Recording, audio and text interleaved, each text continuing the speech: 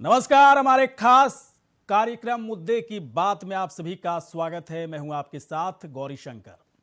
जहां काशी मॉडल की खूब चर्चा हो रही है, उससे पहले अयोध्या राम मंदिर को लेकर जिस तरह से लगातार बीजेपी जोर देती रही, 2022 में अयोध्या के बाद काशी मॉडल मथुरा की खूब बात हो रही है और बीजेपी को आस है कि इन मुद्दों पर भी 2022 के चुनाव में एक बड़ा फायदा उसे मिल सकता है। इस तरह की एक बड़ी आस है। साथ ही साथ विकास का मॉडल है बीजेपी के पास, योगी का विकास मॉडल, यानी कि योगी की विकास मॉडल के साथ साथ हिंदुत्व के एजेंडे पर बीजेपी पूरी तरह से फोकस्ड होती जा रही है। इस पर हम चर्चा करेंगे और साथ ही साथ लगातार समाजवादी पार्टी की तरफ से, तमाम विपक्ष की तरफ से वैसे तमाम विकास के काम जो बीजेपी की तरफ से किए गए, उस पर अपनी क्रेडिट लेने की होड़ में लगा है। समाजवादी पार्टी तो यहां तक कह रही है कि काशी कॉरिडोर अभी दरअसल समाजवादी पार्टी का ही विजन था, जिस पर बीजेपी आगे बढ़ के क्रेडिट ले रही है। यानी कि बीजेपी जो भी कर रही है, समाजवादी पार्टी उस पर दावा ठोक रही है। लेकिन जनता जनार्दन होती है, जनता जो फैसला देगी दरअसल उसी के हक में पूरी तरह से उसके फेवर में सत्ता की वापसी होगी। इस पर चर्चा करेंगे, लेकिन पहले हम आप तक पहुंचाते हैं एक रिपोर्ट।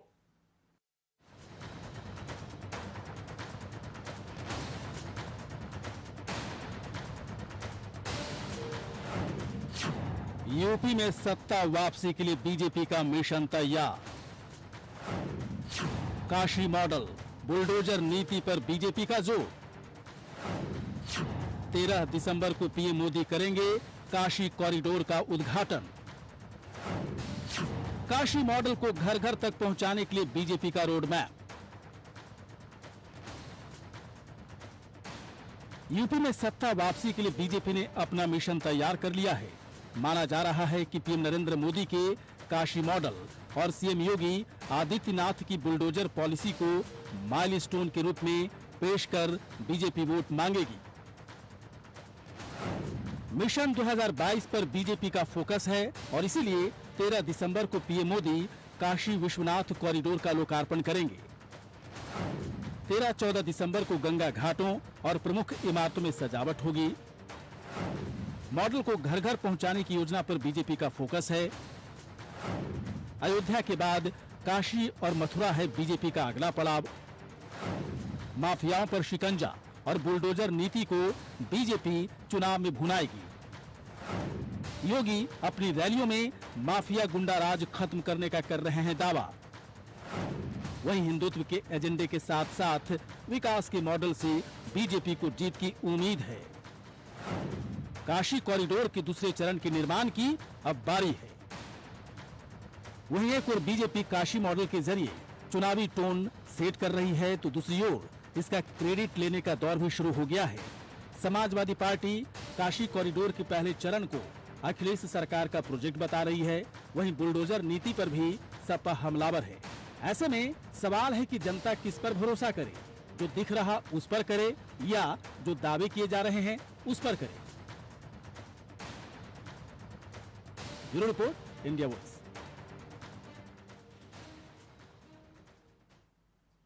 तो काशी मॉडल जीत का रोड मैप है बीजेपी के लिए। इस तरह के दावे बीजेपी कर रही है। माफियाओं पर शिकंजा, बुलडोजर की नीति, इसको भी भुनाने की कोशिश बीजेपी की तरफ से की जा सकती है। विपक्ष, खासतौर पर समाजवादी पार्टी, तमाम वैसी नीतियां जो बीजेपी की तरफ से, तमाम वैसे काम जो बीजेपी की तरफ से किए गए, उस पर दावे समाजवादी पार्टी कर रही है। बाकी विपक्ष या तो महंगाई, बेरोजगारी, किसान आंदोलन, इन तमाम मुद्दों पर पूरी तरह से चिपकी हुई है और उसे लग रहा है कि इन्हीं 3-4-5 मुद्दों पर उसे जीत मिल जाएगी। पता नहीं किसे क्या मिलना है, क्या होना है, किसी को कुछ नहीं पता, लेकिन समझने की कोशिश करते हैं। प्रियांक पांडे, बीजेपी के प्रवक्ता, इस वक्त हमारे साथ हैं। प्रियांक पांडे, बहुत बहुत आपका स्वागत है। विनोद सिंह, कांग्रेस के नेता, इस वक्त हमारे साथ हैं। विनोद जी, बहुत बहुत आपका स्वागत है। कीर्ति निधि पांडे, समाजवादी पार्टी के प्रवक्ता, कीर्ति जी, बहुत आपका स्वागत है। आरबी उपाध्याय, वरिष्ठ पत्रकार, इस वक्त हमारे साथ है। उपाध्याय साहब, बहुत बहुत आपका स्वागत है। सबसे पहले मैं सर आपके पास ही आ रहा हूं। उपाध्याय जी, ये अयोध्या के बाद काशी कॉरिडोर, फिर मथुरा की बात भी छेड़ी जा रही है, हिंदुत्व के एजेंडे, साथ ही साथ योगी का विकास मॉडल, इसके अलावा विपक्ष खास तौर पर समाजवादी पार्टी की तरफ से बीजेपी के जो तमाम काम हैं उस काम पर अपनी क्रेडिट लेने की होड़ मचा रखी है। ये तमाम ऐसी चीज़ें हैं सर जो चुनाव में इस वक्त जो है देखा जाए 2022 के चुनाव में इन्हीं सब चीज़ों पर पूरी तरह से जनता को अलग अलग बातें बताई जाएंगी, जनता को अपने फेवर में करने की कोशिश होगी। लेकिन चल क्या रहा है उपाध्याय जी, ये तो बताइए सच्चाई जो है। देखिए गौरीशंकर जी, राजनीतिक लोग हैं, राजनीति करेंगे और इलेक्शन का टाइम है और क्रेडिट लेने की रहेगी। हर पॉलिटिकल पार्टी जो भी सत्ता पक्ष ने किया है हाँ, अपना विजन उसे बताएगी, लेकिन जनता की अदालत सर्वोच्च अदालत होती है और जनता इन सब चीजों को समझती है। जो उत्तर प्रदेश के हालात थे और आज हैं, देखिए बहुत आगे निकल चुका है।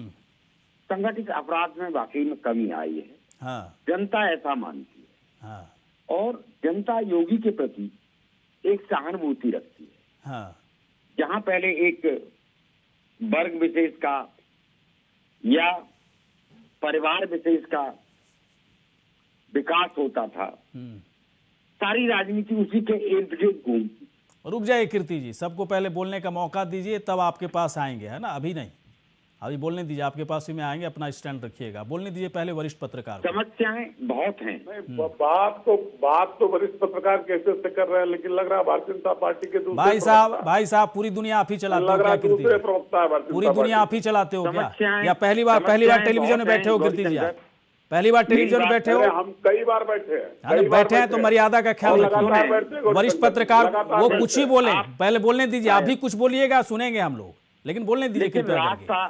रास्ता उतना आसान नहीं है। हाँ, किसान नाराज है। हाँ, पेट्रोल डीजल के रेट आसमान छू रहे हैं। अब समझ में आया कि बीजेपी का प्रवक्ता है कि क्या है उपाध्याय जी, है ना? पूरी बात सुन करके ना कमेंट किया कीजिए ना, अखिलेश यादव जी से बिहेव मत कीजिए। बताऊंगा। बात पूरी आपको रखने की जरूरत थी कीर्ति जी। बोलिए सर, बोलिए उपाध्याय जी, बात रखिए। इतना आसान नहीं है। हाँ, बीजेपी भी इस बात को जानती है, बखूबी समझती है। हाँ, हालात बदले हुए हैं, कई समीकरण बदले हैं। किसान नाराज है, राष्ट्रीय लोकदल समाजवादी पार्टी दोनों का कोalition है, तो वहां बहुत अच्छा उम्मीद एक्चुअल में। हाँ, मतलब देखिए उपाध्याय साहब, मतलब आप ये कह रहे हैं कि देखिए ऐसा नहीं है जो बीजेपी दिखा रही है और वैसा भी नहीं है जो पूरा विपक्ष दिखाने की कोशिश कर रहा है, लेकिन अपने अपने मुद्दे हैं। हर अपने अपने मुद्दे के हिसाब से जनता को अपने फेवर में करने की कोशिश तो होगी ही। चुनाव है तो कई तरह की बयानबाजियां, कई तरह के दावे तो होंगे। मैं आऊंगा थोड़ी देर के बाद आपके लेकिन आता हूं, मैं थोड़ी देर के बाद उपाध्याय जी आता हूं, थोड़ी देर के बाद आता हूं। प्रियांक पांडे के पास चल रहे हैं, बीजेपी के प्रवक्ता। प्रियांक जी, क्या जरूरत पड़ गई आपको? योगी का विकास मॉडल तो है ही, डबल इंजन सरकार तो है ही, फिर ये आप राम मंदिर, काशी कॉरिडोर, मथुरा की बातें, ये तमाम ऐसी बातें आप उठाने की क्यों जरूरत पड़ रही है? इस वक्त चुनाव से ठीक पहले इस पर इतना फोकस क्यों हो रही है बीजेपी?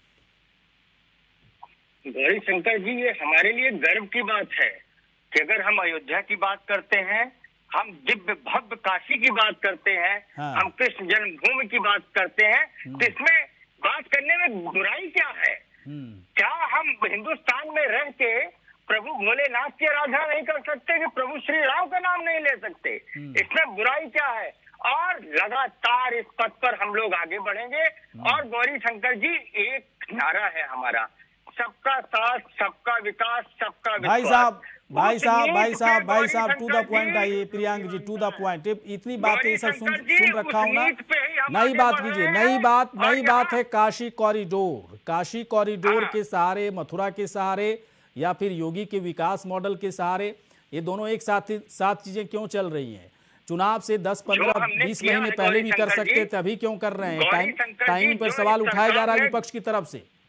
जो सरकार ने किया है, जो दृढ़ इच्छा शक्ति हमारी सरकार ने दिखाई है, जो कायाकल्प हमने किया है हाँ। वो हम लेके जाएंगे जनता के बीच, वो हाँ। बताएंगे। हाँ। इसमें कोई शर्मिंदगी नहीं, हमें डर नहीं है मंदिर जाने से। हम तो मंदिर जाने से डरने वाले लोग नहीं है, हम लोग तो मंदिर जाएंगे, प्रभु की कौन आराधना डरता है? मंदिर जाने से सभी और जाते हैं। अपने काम का बखान भी करेंगे और विकास भी करेंगे। सबको आगे लेकर चलना है, देश को आगे बढ़ाना है, गरीबी से लड़ना है, गरीबी को हटाना है और देश और प्रदेश को आगे बढ़ाना है। उसी पे हम आगे बढ़ रहे हैं। आज उत्तर प्रदेश भयमुक्त है, आज उत्तर प्रदेश विकास की रफ्त पर आगे बढ़ रहा है, आज उत्तर प्रदेश देश की जीडीपी को बढ़ाने में लगा है, आज उत्तर प्रदेश में माफिया गर्दी नहीं है, आज उत्तर प्रदेश हर कोने से खुशहाल है। चाहे ये आप कह रहे हैं ना प्रियांक जी, आप कह रहे हैं ना नीति आयोग में तो गरीबी में तीसरे नंबर पर है, अपराध का इंडेक्स गरीबी में तीसरे नंबर पर है और कई आंकड़े आप लोगों के खिलाफ जा रहे हैं, विपक्ष मानने के लिए तैयार नहीं है। एक मिनट आरबी उपाध्याय जी, एक मिनट, सबको पहले एक मौका, सबको पहले एक मौका। ठीक है, ठीक है, ठीक है प्रियांक जी, समझ गए कि आप इस चीज को एक्सेप्ट कर रहे हैं कि विकास का मॉडल है हम लोग के पास, इसके अलावा और भी कई चीजों का भी प्रयोग चल रहा है। कीर्ति निधि पांडे, आइए एक मिनट भाई साहब, हम क्यों बताएंगे, हम क्या बीजेपी के नेता हैं क्या बताएंगे? सुनिए, आपको बताना होगा, थोड़ी देर के बाद में फिर आऊंगा, थोड़ी देर बाद फिर आऊंगा, फिर बताइएगा। कीर्ति निधि पांडे हमारे साथ इस वक्त है, समाजवादी पार्टी। कीर्ति निधि जी, एक चीज बताएं, 5 साल पहले जो आप लोगों ने काम किया उसको बार बार इतना दोहराते हुए कभी कभी लोगों को लगता है कि यार ये तो हर जगह जहाँ भी बीजेपी काम कर रही है वहाँ पर ये अपना सिर घुसा देते हैं, है ना। काशी कॉरिडोर में भी कह रहे हैं कि हम ही लोग काम किए। आप बुलडोजर नीति पर ठीक है आप हमलावर हैं, वो अलग बात है, लेकिन तमाम कामों की क्रेडिट जो है समाजवादी पार्टी क्यों ले रही है? क्या समाजवादी पार्टी की झोली में इस बार चुनाव में जाने के लिए कुछ नहीं है? क्या बीजेपी के सभी कामों पर अपनी क्रेडिट लेकर जनता को बस किसी तरह से गुमराह करने की कोशिश हो रही है? वाकई में आप लोग सच कह रहे हैं, जनता समझ रही है इस बात को? बताइए सर। देखिए गौरी शंकर जी, समाजवादी पार्टी उन्हीं कामों पे सवाल खड़ा करे जो समाजवादी पार्टी की सरकार में शुरू हुए। हाँ। समाजवादी पार्टी उन सवालों पे सवाल खड़ा कर रही है जो भारतीय जनता पार्टी रंग बदलने का काम कर रही है, नाम बदलने का काम कर रही है। हाँ। सवाल उस पर खड़ा हो रहा। अगर गोरखपुर में कल एम्स का लोकार्पण हुआ तो देश के माननीय प्रधानमंत्री जी को बहुत सहृदयता के साथ कहना चाहिए था कि जिस जमीन पर एम्स बना वो आदरणीय अखिलेश यादव जी ने मुहैया कराई, लेकिन ये नहीं कहे, वो लाल टोपी पे तंज कर गए। लेकिन ये कहने की हिम्मत नहीं आ पाई कि ये जमीन जिस पर एम्स बना है पूर्वांचल के लिए वो समाजवादी पार्टी के नेता आदरणीय अखिलेश यादव जी ने उपलब्ध किया। ये नहीं कह पाए। सच कहने की हिम्मत नहीं देश के प्रधानमंत्री के अंदर। और देश के अंदर, प्रदेश के अंदर महंगाई सबसे बड़ा मुद्दा, किसान का मुद्दा सबसे बड़ा, बेरोजगार छात्र जिस तरीके से लखनऊ के अंदर लगातार अपने हक के लिए लड़ाई लड़ रहे हैं, उनके ऊपर लाठीचार्ज हो रही है, वो मुद्दा, व्यापारी जो कोरोना काल के संकट काल में जिसके दुकानों के शटर नहीं उठे, जिसको बिजली का bill, house tax, water tax सब पेड करना पड़ रहा, जिसके साथ सरकार ने कोई मरम्मत नहीं की, ये सभी वर्ग के लोग कमर कस के तैयार हैं। और इस बार भारतीय जनता पार्टी का कोई मॉडल नहीं चलेगा। इनकी बुलडोजर नीति, उत्तर प्रदेश के मुख्यमंत्री का गृह जनपद है गोरखपुर, अंकुर शुक्ला की हत्या, उसके पिता महेंद्र नाथ शुक्ला इंतजार कर रहे हैं कि अपराधियों के घर पे बुलडोजर कब चलेगा। गोरखपुर के चौरी चौरा विधानसभा में जद्दूपुर गांव में 5 यादवों को गोली मारी गई, 2 तत्काल मौके पर मर गए, 3 अस्पताल में है। उनका परिवार इंतजार कर रहा अपराधियों के घर पे बुलडोजर कब चलेगा। बादा के अंदर अमन त्रिपाठी की हत्या हुई है, उनका परिवार इंतजार कर रहा अपराधियों के घर पे बुलडोजर कब चलेगा। हाथरस की बेटी के साथ जो हुआ वो पूरा उत्तर प्रदेश रहे, पूरा देश रहे, दुनिया के तमाम मुल्कों के लोग जानते हैं। तो क्या दलित परिवार तो क्या कीर्ति निधि, माँ बाप इंतजार कर रहे हैं। क्या पांडे साहब एक बात बताइए, ठीक है आपका स्टैंड है, एक चीज बताइए पांडे जी, तो क्या आप लोगों को किसी तरह से कोई एक रिस्क वाली बात नहीं लगती है, किसी तरह का कोई डर भय नहीं है कि बीजेपी हिंदुत्व के एजेंडे को बहुत ही पॉजिटिवली, बहुत ही गंभीरता के साथ आगे बढ़ा रही? 2017, 2014 तो याद होगा ही आपको, तो क्या आप लोग बिल्कुल निश्चिंत हैं कि आप अपने मुद्दे पर टिके हुए हैं, उसी के आधार पर जनता के बीच में जा रहे हैं? गौरी शंकर जी, जो इस देश का असली हिंदू है, जो वास्तव में धर्म और पूजा कर्म करता है, हाँ, जो सनातन धर्मों में विश्वास करने वाला है, वो राम का, भोलेनाथ का व्यापार नहीं करता है। भारतीय जनता पार्टी के जो तथाकथित लोग हैं, हाँ। ये व्यापार करने वाले लोग हैं, ये व्यापार करना चाहते हैं। जब राम चुनाव भक्तों आता है, पर गोली भी तो नहीं चलवाया जाता है सर, ये भी ध्यान रखिएगा। कानून व्यवस्था अगर आप किसी को सौदागर कह रहे हैं तो आप जो है आप उस हिसाब से कातिल भी हैं राम भक्तों के। चलिए मैं आता हूं थोड़ी देर के बाद, हो गया सर, हो गया एक राउंड। इसके बाद फ्री है, इसके बाद तो घमासान होने वाला है। विनोद जी आपके पास आ रहे हैं सर। विनोद जी इस वक्त कांग्रेस के प्रवक्ता हमारे साथ हैं। विनोद जी मुझे एक बात बताएं, इस बार किसी से कोई गठबंधन नहीं, अकेले दम पर उत्तर प्रदेश में है। तमाम पार्टियों के पास अपने अपने मुद्दे हैं, कुछ लोगों के पास बड़े बड़े मुद्दे हैं, कुछ लोगों के पास एक बड़ा मैकेनिज्म है चुनाव को कैसे जीता जाए, है ना। समाजवादी पार्टी तो भी फिलहाल बीजेपी और समाजवादी पार्टी सबसे आगे चल रही है।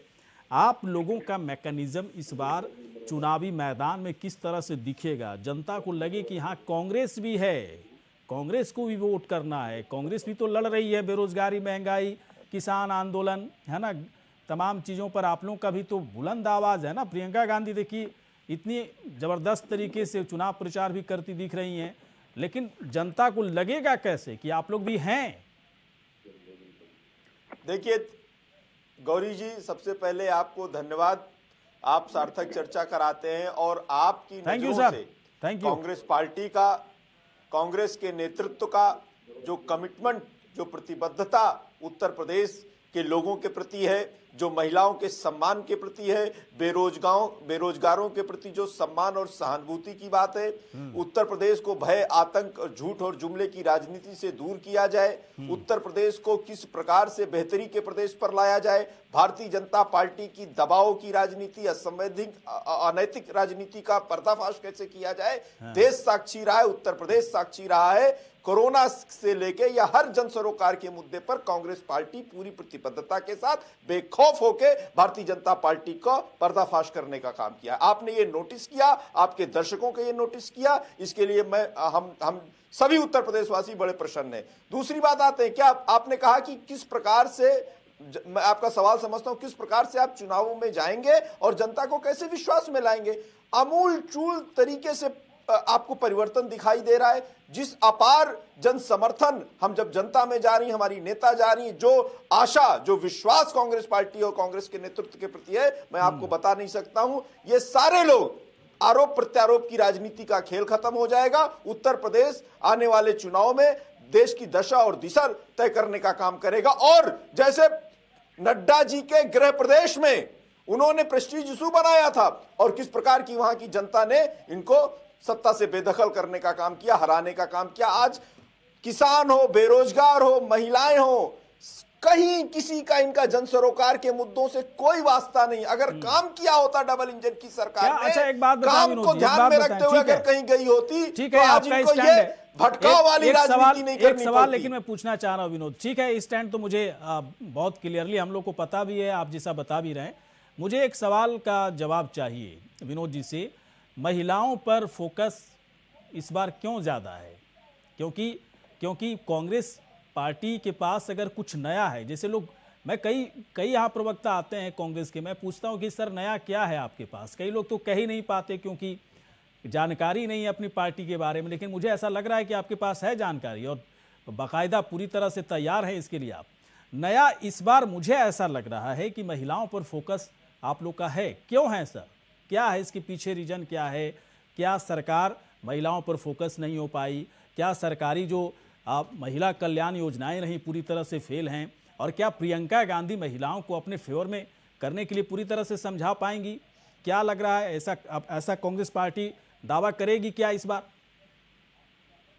देखिए बिल्कुल बहुत अच्छा सवाल आपने किया। कांग्रेस पार्टी आप देख लीजिए, कांग्रेस पार्टी में हमेशा महिलाओं को उचित सम्मान दिया जाता है, पूरी आस्था जताई जाती है और महिलाएं बड़ी प्रामाणिकता के साथ देश सेवा, जन सेवा का काम करती हैं कांग्रेस पार्टी में। इसी को मद्देनजर, और मैं आपको बता दूं, जब महिलाओं के साथ आप सहानुभूति रखते हैं, संवेदना रखते हैं, उनको उचित सम्मान देने का, उनकी अधिकार की बात करते हैं, उनको मुख्य धारा में अगली पंक्ति में खड़ा करने की बात करते हैं, तो ये जो ये जो आरएसएस और भाजपा के लोग हैं ये असुरक्षित नहीं सर, वो हटाइए। आप आरएसएस भाजपा को भूल जाइए, आप समाजवादी पार्टी को भूल जाइए।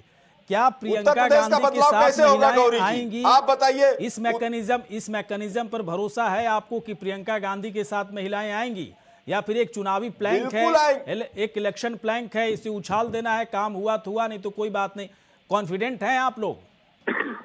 देखिए, आप हैं वरिष्ठ पत्रकार, आरबी उपाध्याय जी हैं, आप लोगों के पास सैकड़ों लोग मिलते जुलते हैं। आप देखिए, आज चर्चा का विषय है कि महिलाएं कितना कांग्रेस के प्रति आशा भरी निगाहों से देख रही हैं, उनको जो सम्मान देने का काम किया। चलिए मैं आऊंगा सर, आप थोड़ी देर के बाद में आऊंगा सर। मैं उपाध्याय जी के पास आता हूं और कह दूं ये डिबेट पूरी तरह से ओपन हो गया है।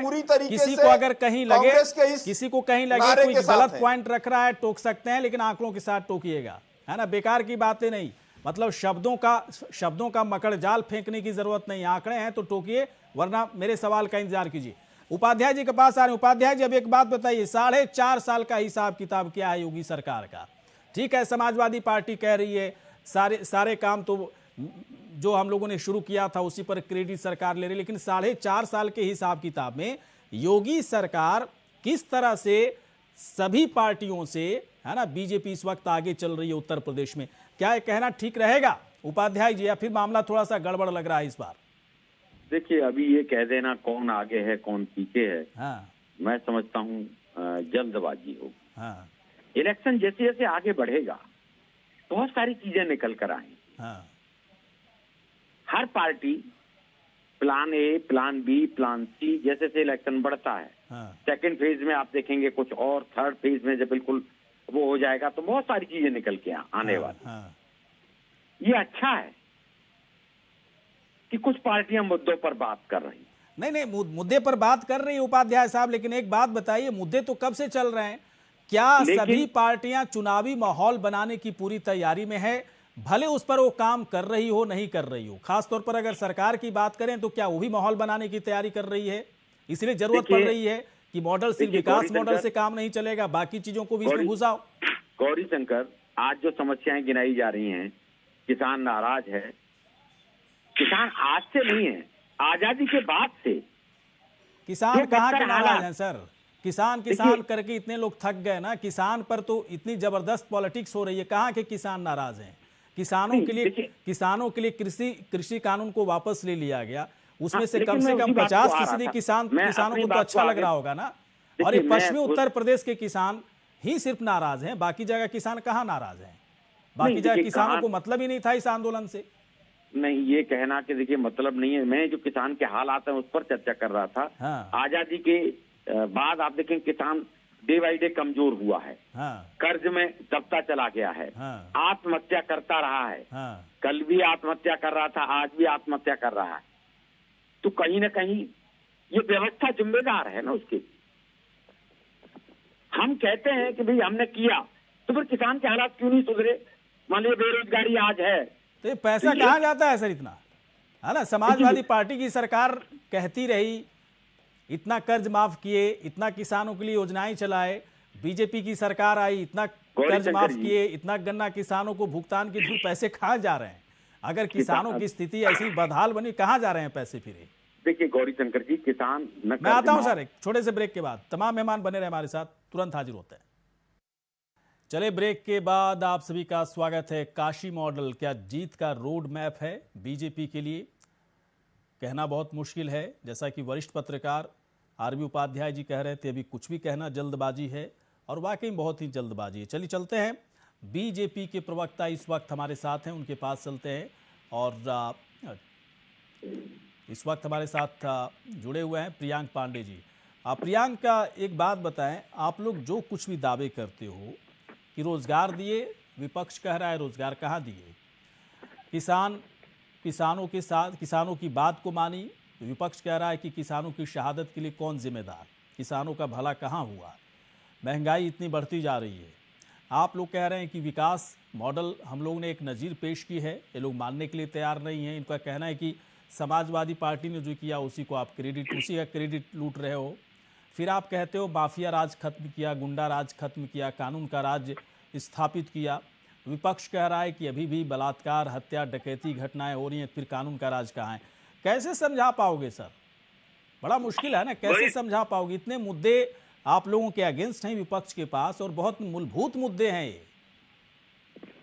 गौरी शंकर जी, मैं आपको सिलसिलेवार तरीके से बताता हूँ। बताइए, अच्छे से बताइए। जहाँ तक रही किसानों की बात, लेकिन तैयार रहिएगा, आपको कोई काउंटर भी कर सकता है, इसके लिए फिर मैं जिम्मेदार नहीं हूँ। बिल्कुल, है ना? मैं गौरी शंकर जी, किसानों की बात, हाँ। पिछली 2 सरकारों ने गन्ना किसानों का भुगतान, और पिछली सरकार ने 29,000 करोड़ का बकाया छोड़ के गई थी, जिसका भुगतान हमारी सरकार ने किया। न केवल भुगतान किया, अब तक हम लोगों ने ऐतिहासिक पिछले कई दशकों में उत्तर प्रदेश के कितना बकाया है बता दीजिए, कितना बकाया है? 29,000 बकाया कितना है ये बता दीजिए ना, बकाया कितना है? आज बकाया कितना है? आपने कहा था कि गन्ना किसानों का भुगतान 100 दिन के अंदर समाप्त हो जाएगा। आज भी 15,000 करोड़ से ज्यादा का बकाया है। 15,000 करोड़ से ज्यादा का बकाया है किसानों के। गन्ना किसानों का भुगतान नहीं कर पाया। आज भी 15,000 करोड़ से ज्यादा बकाया है। 100 दिन में भुगतान करने वाली सरकार आज तक भुगतान नहीं कर पाई। 15,000 करोड़ से ज्यादा बकाया है। तो क्या पांडे साहब, आप लोग कुछ छोड़ के नहीं गए थे? क्या सच्चाई है या नहीं है कि आप लोग छोड़ के गए थे? आप लोग एक बड़े कर्जे को छोड़ कर गए थे। गलत बात कर रहे हैं, गलत बात कर रहे हैं। शंकर जी, हमें चीनी मिलों का पत्र में कहा था गौरी शंकर जी 100 दिन में भुगतान कर देंगे गन्ना किसानों का। आज भी 15,000 करोड़ रुपया कैसे बकाया है? किसान भाई कैसे बकाया है? क्यों नहीं बताते? गन्ने का दाम कितना बढ़ाया? नहीं, ठीक है पांडे साहब, एक बात और बताएं पांडे साहब, एक मिनट पांडे जी सुनिए, पांडे जी सुनिए। दो चीजें बहुत ज्यादा आप लोग कह रहे हैं। जहां रैलियां हो रही हैं सीएम योगी की, वहां पर माफिया राज को खत्म किया, गुंडा राज को खत्म किया, कानून का राज चल रहा है, अवैध संपत्तियों पर बुलडोजर चलाया। मुझे थोड़ा सा इस पर जानना है कि बुलडोजर नीति जो आप लोगों की है, समाजवादी पार्टी कह रही कि बुलडोजर नीति क्या है, कुछ भी नहीं है। इसके जरिए क्या किया गया? निर्दोषों की हत्या की गई, निर्दोष लोगों के घर पर बुलडोजर चलवाया गया।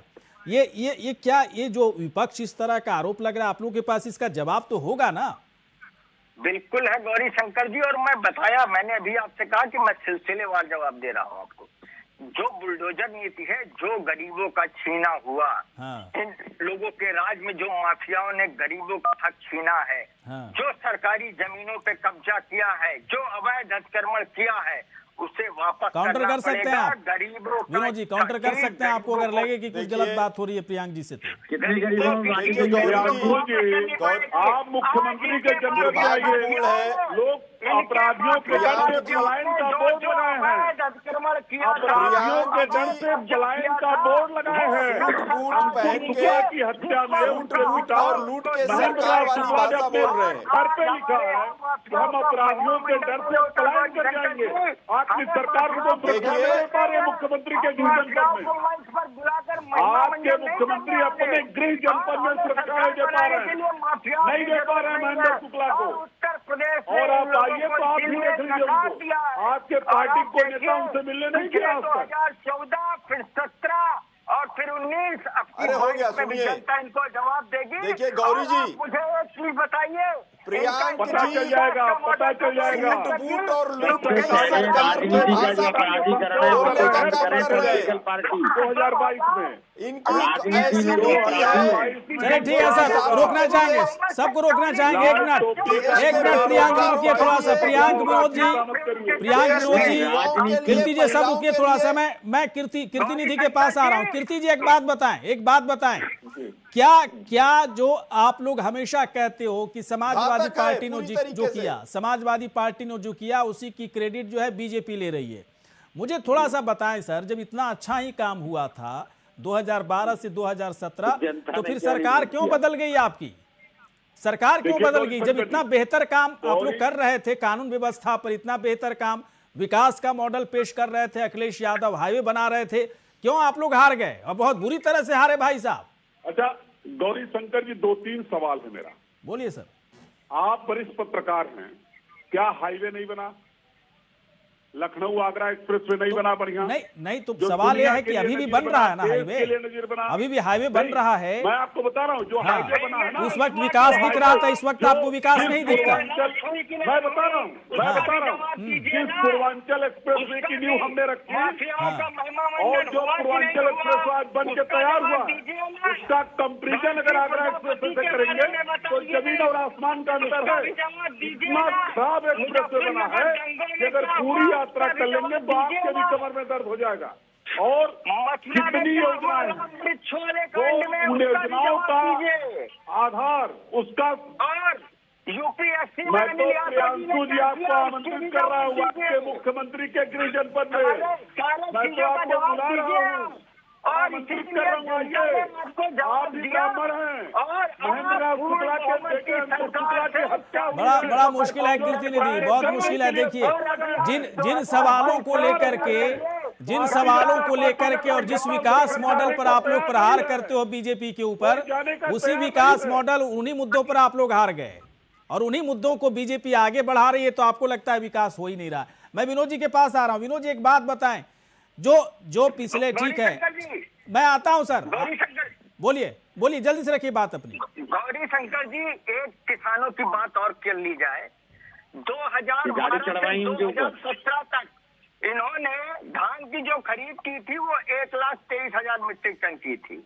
हाँ। और हमने अभी तक जो खरीद की है वो लगभग 250 मीट्रिक टन की है। तो कहा कीर्ति निधि कहते हैं, झूठ बोल रहे हैं आप लोग। ये लोग तो एफसीआई के आंकड़े भी मानने के लिए तैयार नहीं है। उत्तर प्रदेश का विपक्ष बीजेपी के किसी आंकड़े पर भरोसा करने के लिए तैयार नहीं है। सरकारी आंकड़ों पर ही भरोसा नहीं हो रहा है इन लोग को। मुझे तो बड़ी हैरानी होती है। और इन्हीं आंकड़ों पर विपक्ष जो है पूरा खेल कर रहा है ना। इन्हीं आंकड़ों पर अपने कार्यकाल में यही आंकड़े पेश करते होंगे ना, सरकारी आंकड़े। चलिए सर मैं समझ गया सर। देखिए बड़ा जो है अनक्लियर स्टैंड है। वैसे जनता जान रही है, जनता को सब दिख रहा है कि कौन विकास कर रहा है, किसने विकास नहीं किया, किसके कार्यकाल में कानून का राज था, किसके कार्यकाल में कानून का राज है या नहीं है। विनोद जी के पास चलते हैं। विनोद जी एक बात बताएं, महिला पर ठीक है क्यों फोकस कर रहे हैं, बातचीत हो गई थी। मुझे थोड़ा सा एक चीज़ और जानना है, बहुत ज़रूरी है। ऐसा लगता है मुझे कि कांग्रेस पार्टी उत्तर प्रदेश में, इसके जो कांग्रेस पार्टी के तमाम बड़े नेता या फिर प्रवक्ता, सभी लोगों को लगने लगा है कि ठीक है इस बार कुछ हो गया तो हो गया, नहीं तो इस बार कुछ नहीं तो फिर कुछ नहीं। मतलब प्रियंका गांधी इस बार अगर चली तो ठीक है, नहीं तो पूरी तरह से पत्ता साफ हो जाएगा आप लोगों का। किसी तरह का कोई गठबंधन के आसार नजर आते हैं, क्योंकि बिना गठबंधन की इस बार जा रहे हैं सर, बड़ा रिस्क है आप लोगों के लिए जो है। बताइए विनोद जी।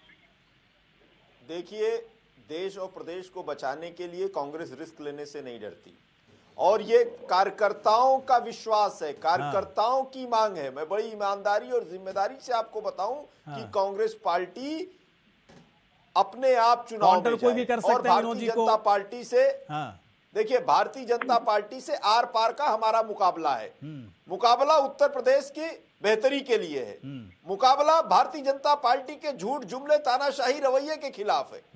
मुकाबला अपने चंद उद्योगपति मित्रों को देश के साधन संसाधन लुटाने की जो सरकार नीयत पर चल रही है उसके खिलाफ है।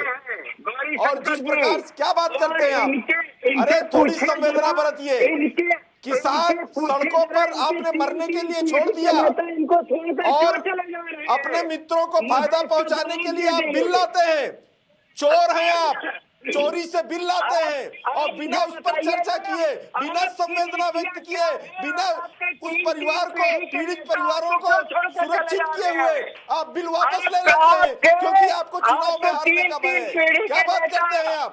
ये लूट की सरकार है, ये सूट-बूट और लूट की सरकार है। लेकिन विनोद जी,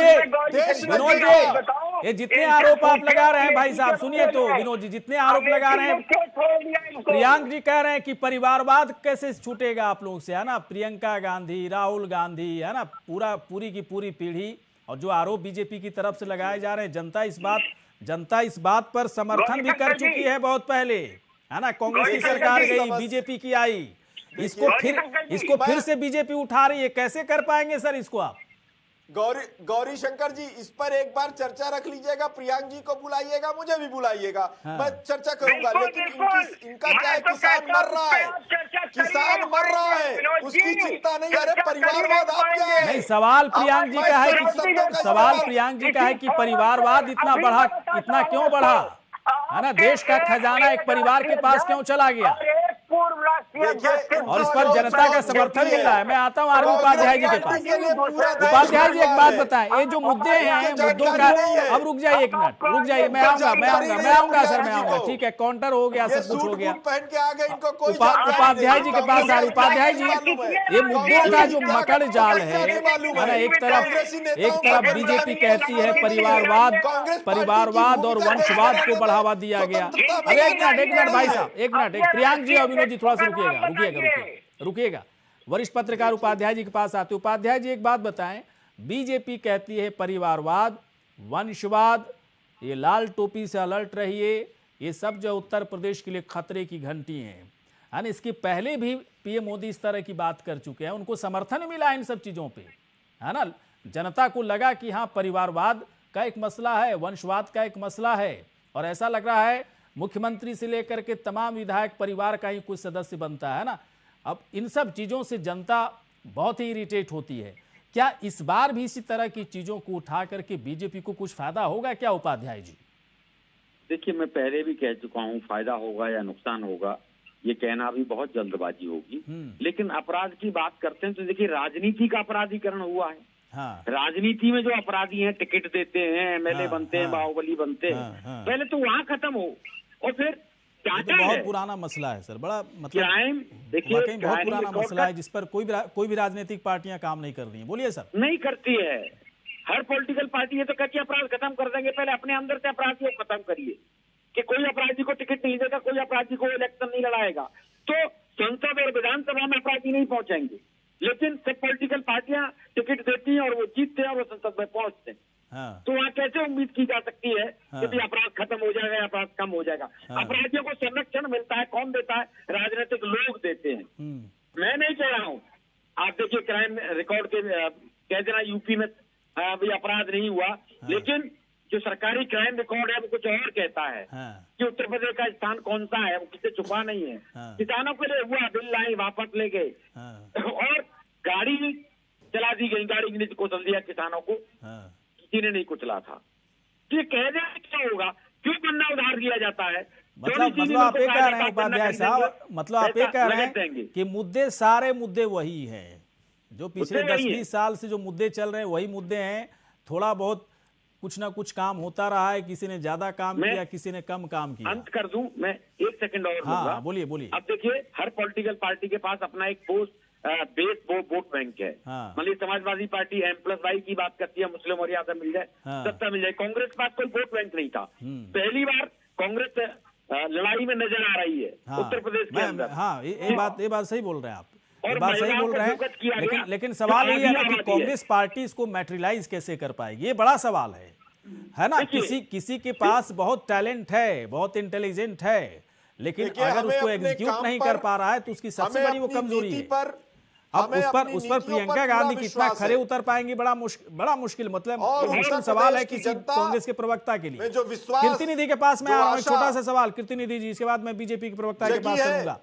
ये अपराधियों पर अगर शिकंजा, एक मिनट सर, विनोद जी रुके, तो अपराधियों मिलेगा, समर्थन मिलेगा। अगर कोई भी सरकार अपराधियों पर शिकंजा कसती है, अपराधियों पर बुलडोजर चलाती है, माफिया राज को खत्म करने की कोशिश करती है, गुंडा राज खत्म करने की कोशिश करती है, कानून राज एक तरह से स्थापित करने की कोशिश करती है, तो ये अच्छा है ना सर? विपक्ष को भी तो तारीफ करना चाहिए। उत्तर प्रदेश में व्यवस्था तो बदली है, कानून है ना, कानून व्यवस्था तो ठीक ठाक मुझे भी दिख रहा है।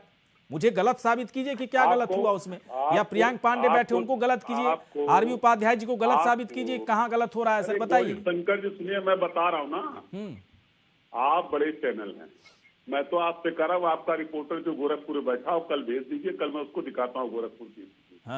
गोरखपुर में मैंने बताया ना, ये मुख्यमंत्री का गृह जनपद है।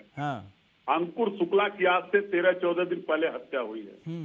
उसके पिता महेंद्र शुक्ला 17 साल के बेटे की हत्या हुई, जिसकी वो इंतजार कर रहा अपराधियों के घर पे बुलडोजर कब चलेगा। गोरखपुर के चौरी चौरा में जद्दूपुर के 2 यादवों की हत्या हो गई, 3 यादव गोली लगने से घायल है, मेडिकल कॉलेज में कीर्ति इलाज हो यादव, रहा है। आप उनका परिवार कीर्ति इंतजार निधि कर को रहा है काउंटर कि किया जा बोले सकता कब है, चलेगा। जिनको लगे गलत का बात कर रहे हैं काउंटर कीजिए।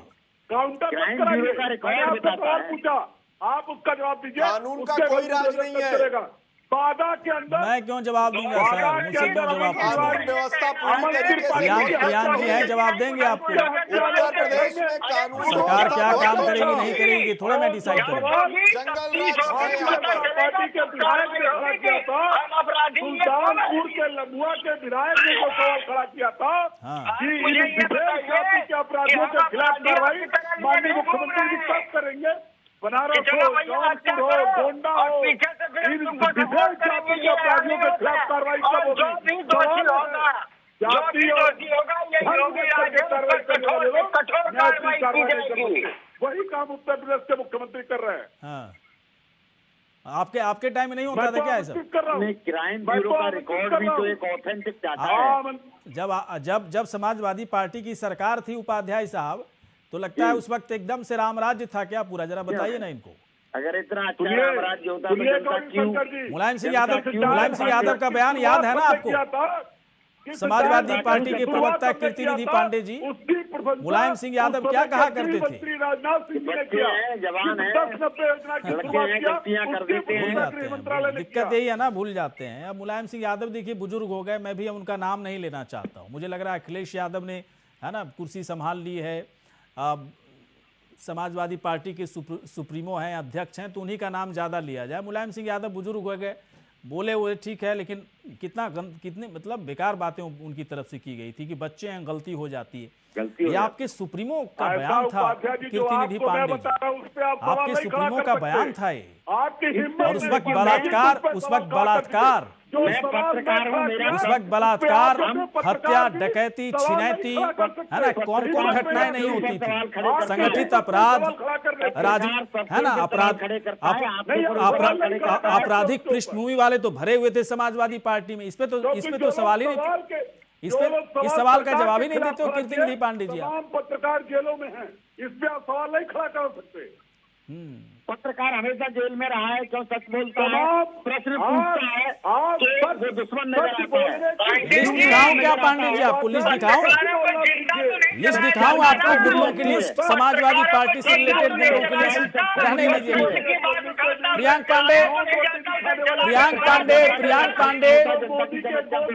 पांडे इस वक्त हैं जुड़े हुए। प्रियांक जी एक बात बताइए, चुनाव से पहले ये जब क्या होता है ना कि जब एक घर में, है ना, 10-15 लोग होते हैं घर में, तो एक व्यक्ति उसमें ज्यादा काम करता है ना, क्रेडिट नहीं लेने की कोशिश करता है, लेकिन एक व्यक्ति होता है काम कम करता है लेकिन वो दिखाता ज्यादा है कि हम ज्यादा काम कर रहे हैं। ऐसे लोगों के साथ कैसे ट्रीट किया जाता है प्रियांक पांडे, जरा बताइए ना। आप लोग कह तो रहे हैं बहुत काम कर रहे हैं, समाजवादी पार्टी करिए, कोई काम नहीं कर रहे हैं आप लोग। कांग्रेस का मानते हैं 33-34 साल से गायब हैं उत्तर प्रदेश की राजनीति से, है ना, सिमट गए हैं रायबरेली तक। इस बार वो एक्सपेंड करने की कोशिश कर रहे हैं, तो लड़ाई तो है समाजवादी पार्टी सीधी आपकी, लेकिन सारा क्रेडिट वो लेकर के जनता के बीच में कुछ से कुछ बोल रहे हैं लोग। गौरीशंकर जी, मुझे 2 मिनट का समय दीजिए, मैं आपको सब कुछ बताता हूँ, तथ्यवार बताता हूँ। आप मुझे ये समझाने की कोशिश करिए। आप कुछ नहीं बता पाए। अरे आपके पास एक सवाल का जवाब नहीं है, केवल जुमला, सिर्फ जुमला, झूठ। प्रधानमंत्री जी, मुख्यमंत्री जी का सिर्फ जुमला। उद्योगपतियों को जनता जानती है कि साधनों का दुरुपयोग कर रहे हैं। आप 2 मिनट में कैसे बता सकते हैं? फिर वही झूठ बोलेंगे, बिहार की शुरुआत सीमांचल हो, बंगाल हो, शुरू हुआ, वो लगातार जारी रहेगा। धैर्य की परीक्षा मांगती है कि आपको हराया, मिनट भी नहीं गैस के दाम भी बोलने का सस्ते होंगे, पेट्रोल और डीजल के दाम भी सस्ते होंगे, आपको 1 मिनट भी बोलने का अधिकार नहीं है। आपने धोखा किया, देश के साथ धोखा किया, जनता सब जानती है और जनता को महिलाओं के साथ अत्याचार किया। विकास के इंडेक्स से मथुरा की बात, काशी की बात, कोई टाइम नहीं मिलेगा आपको। देश की जनता का क्या दिक्कत हो गई भाई साहब? पांडे जी क्या दिक्कत हो गई? आप लोग ही तो परशुराम भगवान का नाम लेते रहते हो, झूठ बोलने है ना? ब्राह्मणों के साथ जो हमदर्दी दिखाते हो, आप लोग भी तो कर ही रहे हो ना, कर ही रहे हो। तो फिर एक काशी मथुरा अयोध्या की बात अगर बीजेपी कर रही है तो क्या इसमें गलत है? आप लोग भी तो कर ही रहे हो। परशुराम भगवान की मूर्ति बनाएंगे, सबसे बड़ी मूर्ति बनाएंगे, विश्व की सबसे बड़ी मूर्ति बनाएंगे।